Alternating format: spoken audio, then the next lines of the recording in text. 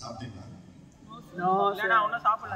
பிஸியாக ஈவெண்ட் போயிட்டு இருக்கோம். கரெக்டாக உச்சி வெயிலில் பசி நேரத்தில் கரெக்டாக நான் சீக்கிரம் முடிச்சு கொடுப்பேன். இது ரொம்ப ஒரு அழகான நிகழ்ச்சி. எனக்கு குடும்ப நிகழ்ச்சின்னு சொல்லலாம்.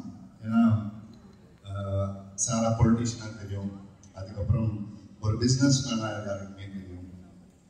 எனக்கு வந்து 2 முகங்களையும் கடந்து ஒரு நல்ல நட்பு இருக்குன்னு சொல்லுவேன். என்னை விட ரொம்ப சீனியர், பல அரசியலையும் சரி, அனுபவத்திலையும் சரி, படிப்புலையும் சரி. ஆனால் அதெல்லாம் கடந்து ஃபஸ்ட்டு அவரோட பேசி பழகிற வாய்ப்பு வந்து நார்த் அமெரிக்கா உலக தமிழ் மாநாடுக்காக அங்கே போயிருக்கும்போது பேசுகிற வாய்ப்பு தான் நாடகம் வாய்ப்பு. எந்த விதமான ஒரு அந்த மாதிரி ஒரு இடத்துல நம்ம இருக்கும்போது இப்போ அவர் மினிஸ்டராக இருக்காரு, உட்காந்து தரையில் உட்காந்து அப்படி பேசிட்டு ஜாலியாக பாட்டு பாடிட்டு எல்லாத்தையும் மறந்துட்டு அவருடைய இன்னொரு பக்கத்தை அன்றைக்கி தான் நாங்கள் பார்த்தோம். வெளியில் மினிஸ்டராக தெரியும், மற்றபடி ஒரு ஆளுமையோட பிஸ்னஸ் பண்ணக்கூடிய கம்பெனி ஹெட்டாக நமக்கு தெரியும்.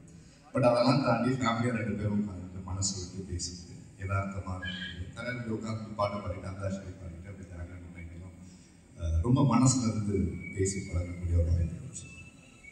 எனக்கு அப்போ ரொம்ப ஆச்சரியமா இருந்தது. இந்த உயரத்துக்கு போனதுக்கு அப்புறமும் இந்த உயரத்திலேயே பறந்து நிற்கிறதுக்கு ஒரு பெரிய பக்குவம் வேணும். அது எல்லா மனிதர்களுக்கும் வாய்ப்பு அமைஞ்சிருக்கு. பட் இந்த மாதிரி மனிதர்களை பார்க்கும்போது நாம கற்றுக்க வேண்டிய விஷயம்னா எவ்வளோ உயர பறந்தாலும் நம்ம கீழே தான் வரணும் அப்படிங்கிறத ஞாபகம் வச்சுக்கணுங்கிற ஒரு பெரிய பாடத்தை சில நேரங்களில் சில மனிதர்களை சந்திக்கும் ஒரு பெரிய வாய்ப்பு.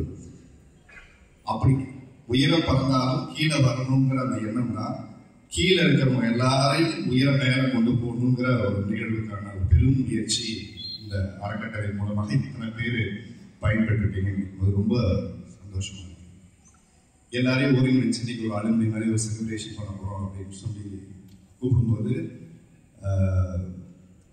ரொம்ப சந்தோஷமா வந்து இருக்காங்க. ஏன்னா சாட்டர்டே சண்டே பொதுவாக என்னன்னா வாரத்தில் 7 நாளும் வேலை செய்யக்கூடிய ஆட்கள்லாம் நானும் வராது. ஆஃபீஸ் போயிருக்காங்க, மீட்டிங் கேட்குறது, கதை கேட்குறது. ரீசெண்ட் டைமில் வீட்டில் ஒரு ரூல்ஸ் இருக்குது, சாட்டர்டே சண்டே அப்படின்னா நீ வீட்டில் தான் இருக்கணும், குழந்தைங்களோட டைம் ஸ்பெண்ட் பண்ணுறதே இல்லை. டக்குன்னு பார்த்தா என் பொண்ணுக்கு 7 வயசு ஆயிடுச்சு, பையன் எப்படி திரும்ப அவனுக்கு 1 வயசு முடிஞ்சிருச்சு. அதனால நீ குவாலிட்டி டைம் ஃபேமிலியோட ஸ்பெண்ட் பண்ணுறதே இல்லை அப்படின்னு சொல்லிட்டே இருப்பாங்க.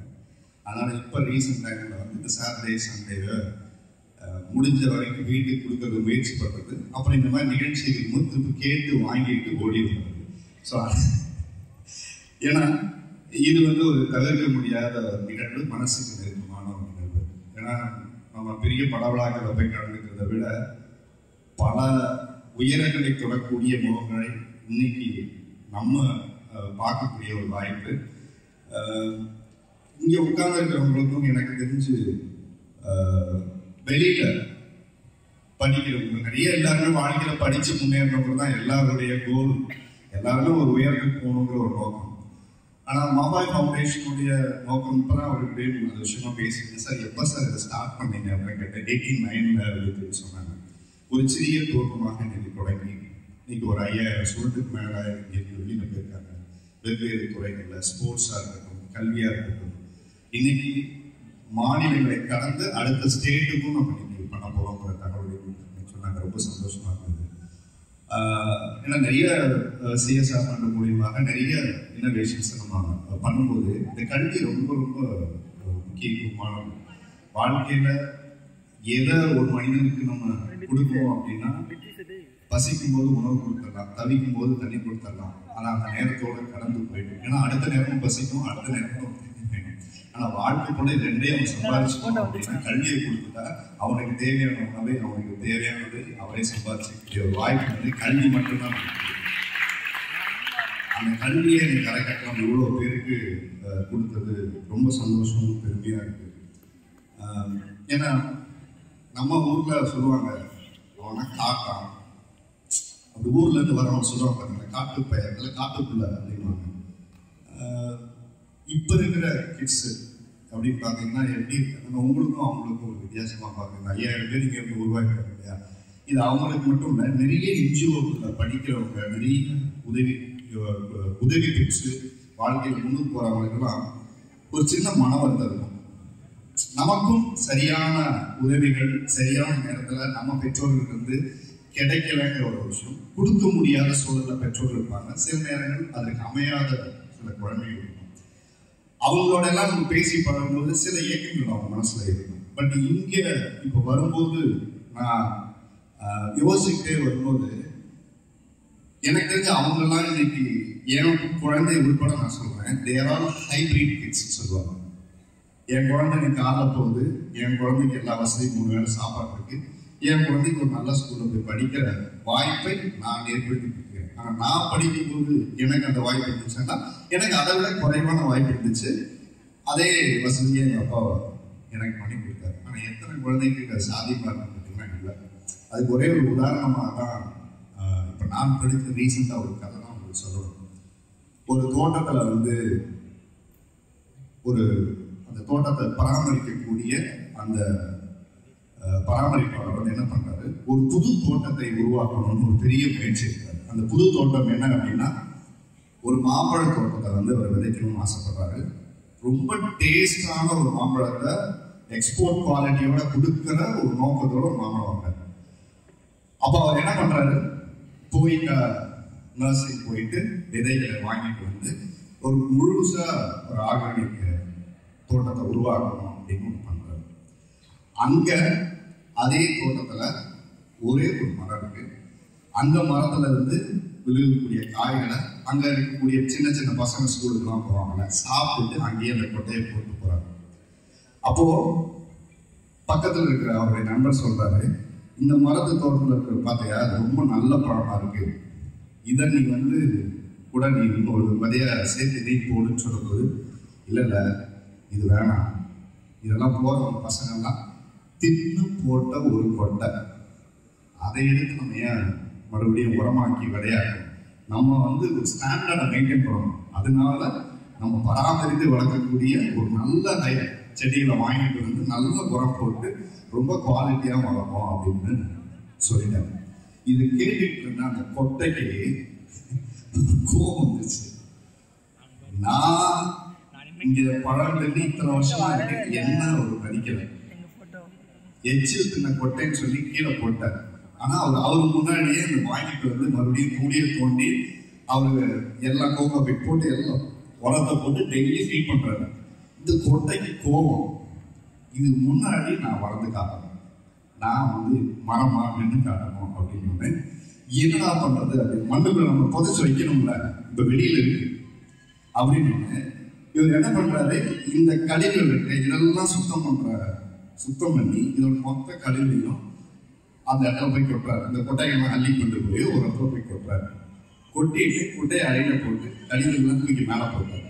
மேலே போட்டு அப்படியே ஒரு மாசக்கணக்கான உடனே மழை சீசன் வந்து, மழை சீசன் உடனே மழை பெய்ய ஆரம்பிச்சது.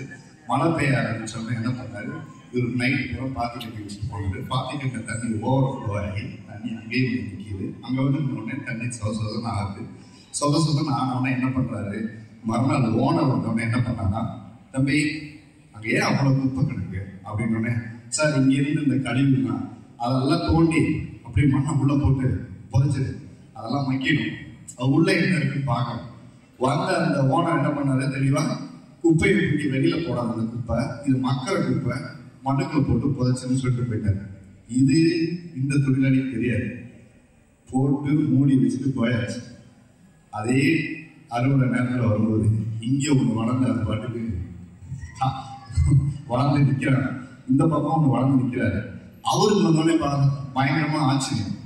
இப்போ மாம்பழம் ரெண்டுமே வந்து நிற்கிது.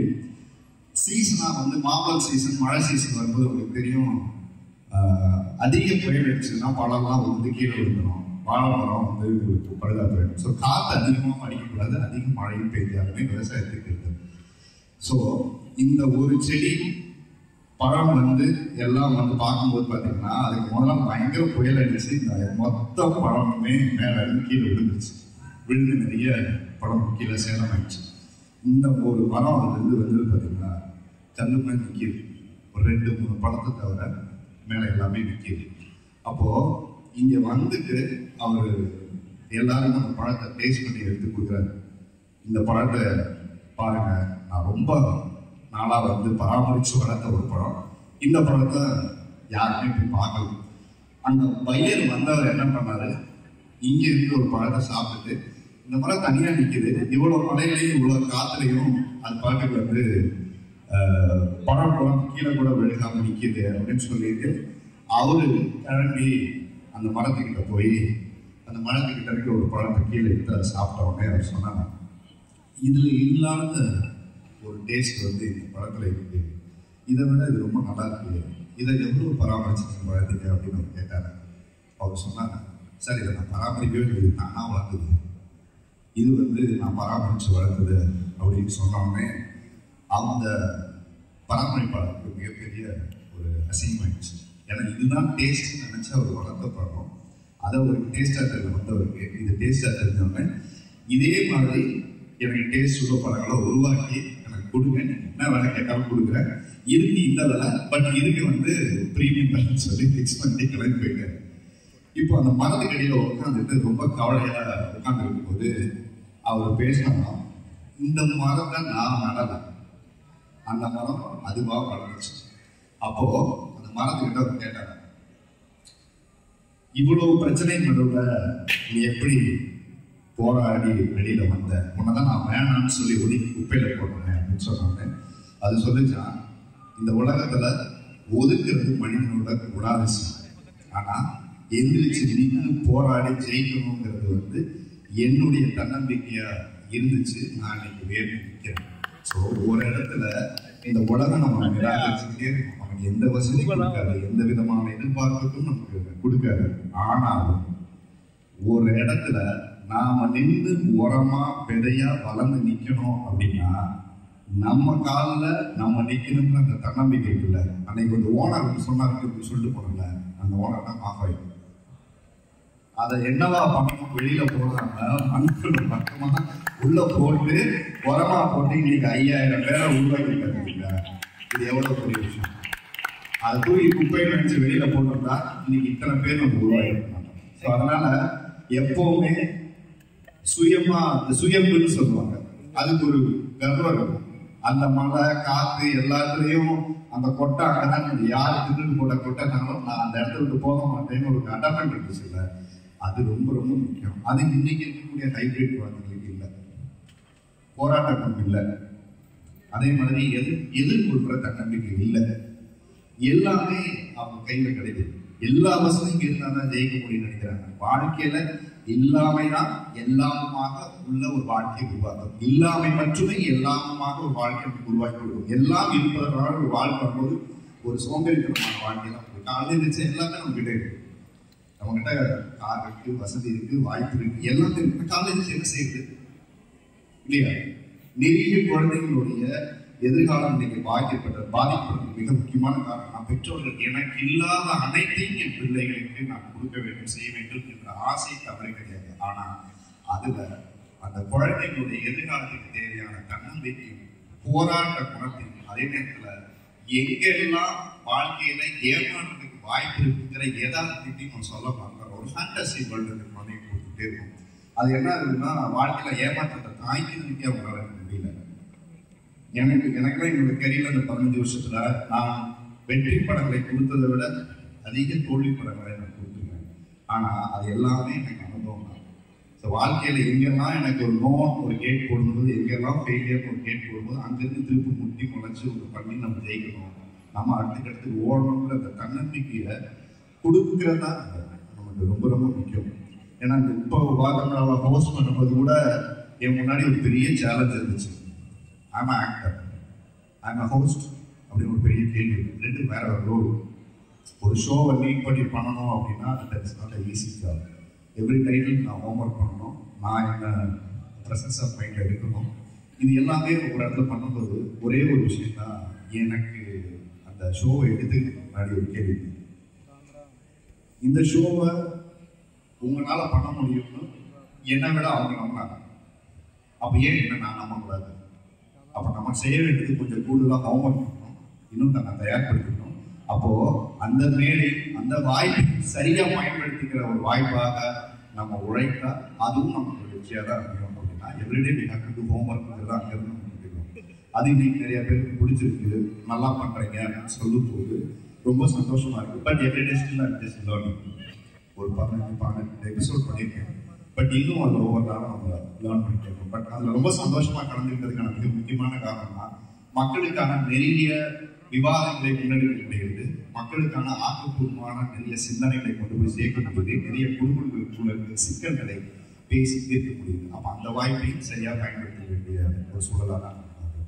ஸோ இந்த திஷா ஃபவுண்டேஷன், மாபாய் ஃபவுண்டேஷன் வந்து இப்போ இத்தனை வருடமாக ஸ்போர்ட்ஸில் இருக்கட்டும் நிறைய பேர்களை இன்னைக்கு உருவாக்கியிருக்காங்க, நிறைய தலைமுறைகளை உருவாக்கியிருக்காங்க. ஏன்னா அவங்க தலைமுறையில் பல தலைமுறை உருவாக்கிட்டாங்க.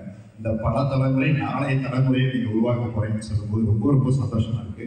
ஏன்னா மற்றவங்களுக்கு இல்லாத மிகப்பெரிய பொறுப்பு உங்களுக்கு என்ன இருக்குன்னா இல்லாமை என்னன்னு உங்களுக்கு தெரியும், அதே நேரத்தில் பணத்தோட அருமை என்னன்னு உங்களுக்கு தெரியும், அதே நேரத்தில் இரக்கமும் அன்பும் என்னங்கிறத மற்றவங்களை விட வேற யாருமே உங்களுக்கு அழகா சொல்லி கொடுக்க முடியாது. ஏன்னா இதுதான் இந்த உலகத்துல மிகப்பெரிய பற்றாக்குறையா இருக்கு. சக மனிதனுக்கு நம்ம செய்கிற உதவி, சக மனிதனை அன்போடு பார்ப்பது, சக மனிதனுக்கு தேவையானதை தனக்கு முக்கியதை கொடுப்பது, இது எல்லாமே இப்போ வர வர ரொம்ப குறைஞ்சிட்டு வருது. இதை போன்ற அறக்கட்டளைகள் அதை மீண்டும் நம்ம நினைவு கூர்ந்து நம்ம ஒரு 5000 பேர் இன்னைக்கு சேர்ந்துருக்கோம், இது நாளைக்கு ஒரு 50,000 பேரை நீங்க உருவாக்க முடியும். ஏன்னா ஒவ்வொருத்தரும் ஒரு 5 பேரை நீங்க மாற்றத்துக்கான அந்த நகர்த்துறீங்கன்னா அதுதான் பெரிய மாற்றம். ஸோ அந்த நினைவு ஒரு நிகழ்ச்சி தான். நிறைய பேர் இங்கே வந்தவங்க கூட சாதித்தவர்கள், நான் எனக்கு இந்த உதவியை பெற்று இன்னைக்கு நல்ல வாழ்க்கையில் இருக்குன்னு சொன்னவங்க எல்லாம் எல்லாரும் நினைவுபடுற ஒரு விஷயம்னா எங்கிருந்து வந்தோம் என்பதை நம்ம மறக்காம இருக்கணும். அதை ஆற தழுவி கொள்வது, அதே நேரத்தில் நாம் கடந்து வந்த வழி, நாம் கடந்து வந்த பாதையும் அடுத்த தலைமுறைக்கு சரியாக ஞாபகப்படுத்தி ஒரு தடம் கொடுத்து பாதையை வந்து சொல்லிட்டு போகணுங்கிற விஷயத்துல ரொம்ப அழகாக சொல்லிட்டு போனாங்க. ரொம்ப சந்தோஷம் உங்களை எல்லாம் மதிய வேலையில வந்து பார்த்து ஒரு தலைமுறையான ஒரு வாய்ப்பு. Thanks to Latha ma'am and Mafoi Pandi 2 பேருக்கு மேம்பேரும் நிறைய உதவிகளை நீங்கள் தொடர்ந்து செஞ்சுருக்கீங்க. உங்களோடு சேர்ந்து பயணிப்பதில் எனக்கு ரொம்ப ரொம்ப சந்தோஷம். முடிச்சிடறேன், லஞ்சுக்கு சீக்கிரம் விட்டுருவாங்க. நன்றி.